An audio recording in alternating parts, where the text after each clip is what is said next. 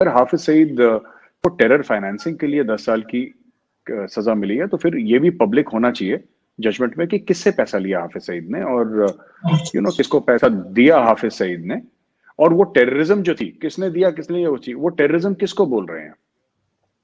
क्योंकि हाफिज सईद तो ये नहीं कहता कि मैं पाकिस्तान के अंदर कुछ करता हूँ, ये तो हाफिज सईद नहीं कहता। हाफिज सईद तो खुला ये कहता है कि मैं इंडिया के अंदर करता हूँ। वो खुद मतलब ये बात मैं नहीं कह रहा, ये हाफिज सईद ने जो लश्कर तैयबा बनाई थी और जो जमातुल दावा है या फलायत इंसानियत फाउंडेशन है, जो कि एक एनजीओ का जामा पहन के उसके नीचे ये सब टेररिस्ट एक्टिविटीज और दहशतगर्दी या आतंकवाद करती है, तो अगर पाकिस्तानी ये कहते हैं, पाकिस्तानी कोर्ट से कहती हैं आरजू जी की उसको हमने डाला है जेल में फॉर टेररिस्ट फाइनेंसिंग, तो उसने कौन सा टेरर फाइनेंस करा, उसको फाइनेंस कहां से मिला, और उसने किसको पैसे दिए, और जो टेररिज्म थी हाफिज सईद ने कहां पे करी, कम से कम ये तो क्लियर हो उसने कहां पे करी। क्योंकि हाफिज सईद खुद कहता है कि पाकिस्तान के अंदर मैंने कुछ भी नहीं करा, मैंने जो भी करा है बाहर। कहां पे करी उसने? ईरान में करी, यूरोप में करी, इंडिया में करी, कहां पे करी? कुछ पता तो लगे।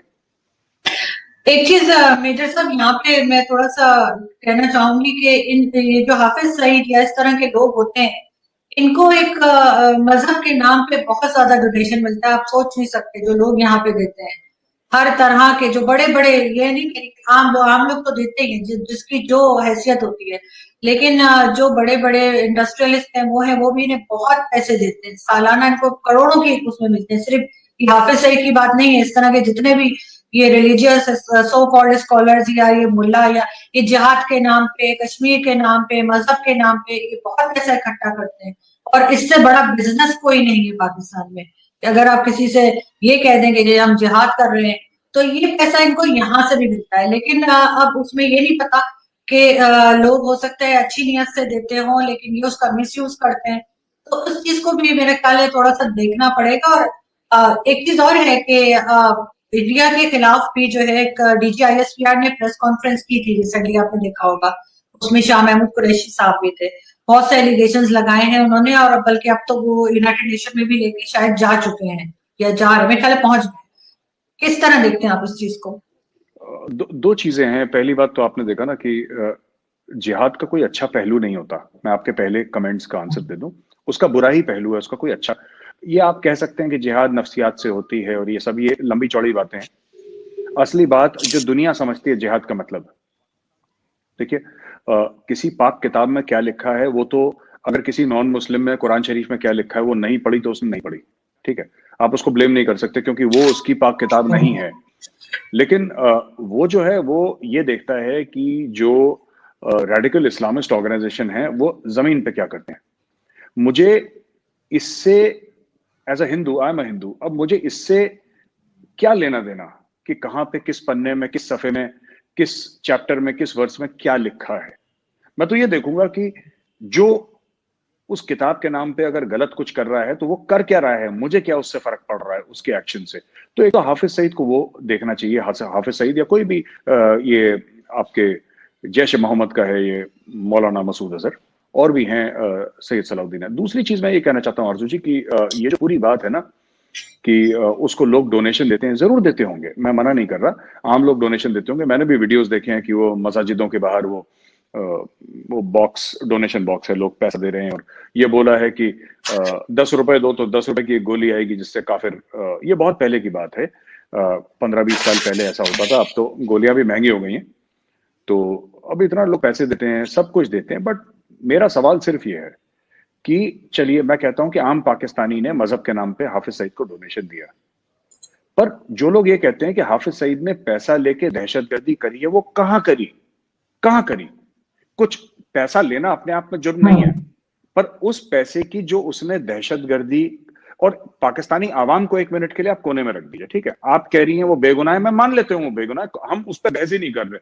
मैं कह रहा हूं कि सवाल सिर्फ ये है कि हाफिज सईद और लश्कर तैयबा ने दहशतगर्दी कहां करी उस पैसे को लेके, ये तो पता लगे ना कि कहां करी। और दूसरी चीज ये है कि अगर दहशतगर्दी हुई है और पाकिस्तान ने उसको जेल में डाला है तो ठीक है, जिसने 10-15 रुपए दिए जी हैं, जो 20-25-50-100 रुपए दिए, जो आम पाकिस्तानी है, आप सबको तो नहीं पकड़ सकते। लेकिन अगर किसी बिजनेस, बड़े बिजनेस हाउस ने, जैसा आपने बोला पाकिस्तानी कॉर्पोरेट हाउस ने लाखों करोड़ों में अगर चंदा दिए, तो कम से कम उनका भी इन्वेस्टिगेशन होना चाहिए, पहली चीज। दूसरी चीज ये है कि वो पूरी प्रेस कॉन्फ्रेंस मैंने देखी जो आपने बात करी थी ना, डीजीआईएसपी और शाह महमूद कुरैशी भी थे वहां पे। मैंने वो पूरी आरजू जी वो कॉन्फ्रेंस देखी और मुझे उस कॉन्फ्रेंस में कुछ समझ में नहीं आया। उन्होंने बोला कि इंडिया में कुछ 60 टेररिस्ट कैंप्स हैं, इंडिया में दहशतगर्दी आतंकवादी कैंप्स हैं 60। तो मेरा सवाल है 65 क्यों नहीं है, 55 क्यों नहीं है, 50 क्यों नहीं है? उनकी कोई लोकेशन नहीं दी। उन्होंने बोला हरियाणा में भी हैं, उत्तर प्रदेश में भी हैं, और यहाँ पे भी हैं, वहां पे भी हैं। उन्होंने 5 स्टेट। अगर मैं आपको एक बात बताऊं, मैं कल एक प्रेस कॉन्फ्रेंस करता हूं, ठीक है ना, और मैं बोलता हूं पाकिस्तान में 5,000 टेररिस्ट कैंप्स हैं, कराची में 1,000 है, लाहौर में 1,000, इसकी तो कोई वैल्यू नहीं है ना। जब इंडिया ने पाकिस्तानी टेररिस्ट कैंप्स का पता दिया था, हमने प्रॉपर आरजू जी ग्रिड रेफरेंस दी थी, लैटिट्यूड ये है, लॉन्गिट्यूड ये है, इस ग्रुप का है, यहां पे है, ये इसकी करेक्ट लोकेशन है, और लास्ट नोन यहां पे 25 लोग थे या 20 लोग थे। जब आप इंफॉर्मेशन देते हैं ना, तो मैं आपको ये बोलूं कि आरजू जी, ये तो यही बात हो गई ना कि अगर मैं थोड़ा हंसी मजाक के उसमें बोलूं कि मैं बोलूं कि आरजू जी आप हमारे घर पे आइएगा, दावत है, ठीक है, किस तारीख को दावत है मैंने आपको नहीं बताया, मेरा घर कहां पे मैंने आपको नहीं बताया, आप घर परिवार के साथ आ सकते हैं कि आपको अकेले आना है दावत पे, मैंने आपको कुछ नहीं बताया, मैंने उड़ी उड़ी बात आपको कर दी, राइट। वो पूरी चीज ऐसी है, और कोई भी उसमें 2-3 और भी चीजें हैं जो मैं पहले भी एक वीडियो में बता चुका हूं आरजू जी की। जैसे आईएसआई है, आईएसआई एक फौजियों की ऑर्गेनाइजेशन है, इंटर सर्विसेज कहते हैं उसको, इंटर सर्विसेज है नहीं, है तो बेसिकली आर्मी की, क्योंकि डीजी उसके, बहरहाल हमेशा डीजी आईएसआई तो हर समय एक पाकिस्तानी आर्मी के जर्नल रहे हैं। नेवी और एयरफोर्स का तो मैंने कोई देखा नहीं कि नेवी का कोई एडमिरल हो या एयरफोर्स का कोई बहुत सीनियर कोई रैंक का ऑफिसर हो, ये तो मैंने कभी देखा नहीं। मैंने तो पिछले 5, 7, 10 जो भी आपके हुए हैं, मुझे नहीं पता शुरू से क्या हिस्ट्री है, लेकिन मैंने तो आर्मी देखी है। एक तो ये चीज है। दूसरी चीज ये है कि पाकिस्तान जब भी उन्होंने नाम लिया है जनरल, ये कोई कर्नल राजेश है जो अफगानिस्तान में टीटीपी और इन सबको मिला रहा है और ये कर रहा है, सो कॉल्ड उन्होंने कुछ इल्जाम लगाए। अर्जु जी, मेरा सवाल सिर्फ ये है ना कि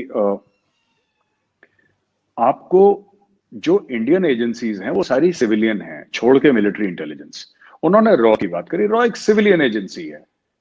अब हमारे यहाँ जो पावर है इंडिया में वो फौज के पास नहीं है। तो जब भी पाकिस्तानी ये सब लोग एजेंसी झूठ भी बोले ना, तो थोड़ा सा रिसर्च कर लें कि आपने बोला कि कर्नल, एक कर्नल है, आप ये समझ लीजिए उसके पास इतनी अथॉरिटी है कि तहरीक तालिबान पाकिस्तान और 5-10 अलग पाकिस्तानी एजेंसीज को वो एक साथ मिला के उनका कंसोर्शियम बना रहा है, जैसे कि कोई मल्टीनेशनल कंपनी होगी। एक कर्नल, अभी तो मेरे कोस्टमेट भी ब्रिगेडियर बन गए, मैं इतना बुढ़ा हो चलो, मेरे कोस्टमेट ब्रिगेडियर बन गए, तो अभी क्या कर्नल को ये पता नहीं। और इट्स अ सिविलियन एजेंसी। आपने बोला वो जनरल वो कर रहा है, ये जनरल वो कर रहा है, नहीं है ऐसा। इंडिया में ऐसा नहीं है। मैं आपको बताता हूं, मैं ये नहीं कह रहा कि अफगानिस्तान में इंडिया कुछ इन्वेस्टमेंट नहीं कर रही है, इंडिया के कुछ वो नहीं होंगे, लेकिन ये जो हर चीज में फौजियों का नाम लेना ना इंडिया का, कि एक फौजी है, ये है, ऐसा है, वैसा है, तो रिसर्च एंड एनालिसिस विंग में फौजी हैं ही नहीं। It's a civilian agency, right. Intelligence bureau, it's a civilian agency. इनके हेड आईपीएस ऑफिसर्स हैं। IPS is Indian police service.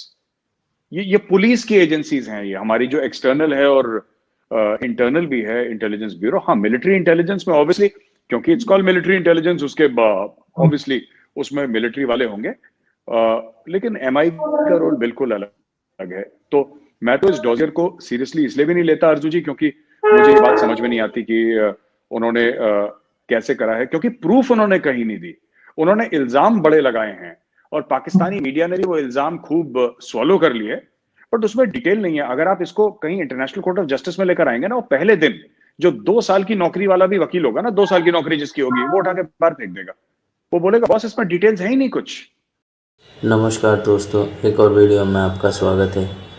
Major गौरव आर्या ने कुछ क्वेश्चंस आरजू कर्मी और कमर चीमा से किए, पर उनका मुंह तो देखने लायक था। हाफिज सईद को फंडिंग के मामले में 10 साल की जेल हुई, पर ये नहीं बताया गया कि उसने फंडिंग किस किस को की और कैसे की। यही बात तो असली है कि उनके खाने के दांत और दिखाने के दांत अलग अलग है पाकिस्तान में।